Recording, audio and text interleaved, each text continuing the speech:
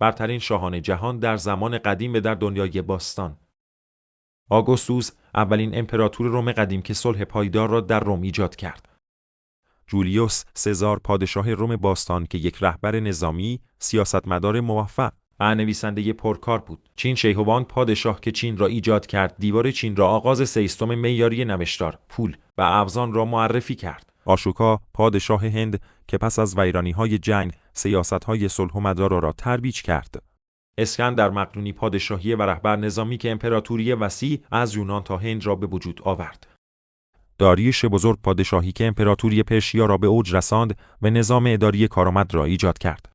کوروش بزرگ امپراتوری که فتوحات زیادی انجام داد و اولین منشور حقوق بشر را به وجود آورد. بخت النصر شاه بابل که باغ‌های معلق بابل را ساخت و اورشلیم را فتح کرد. رامسیس دو فرعون مصر که معابد بزرگی را ساخت. پیروزی‌های نظامی زیادی را کسب نمود. حمورابی پادشاه بابل قدیم اولین قانون را در تاریخ بشر به صورت مکتوب تدوین کرد. به نظر شما کدام پادشاه دستاورد زیادی در تاریخ دارد؟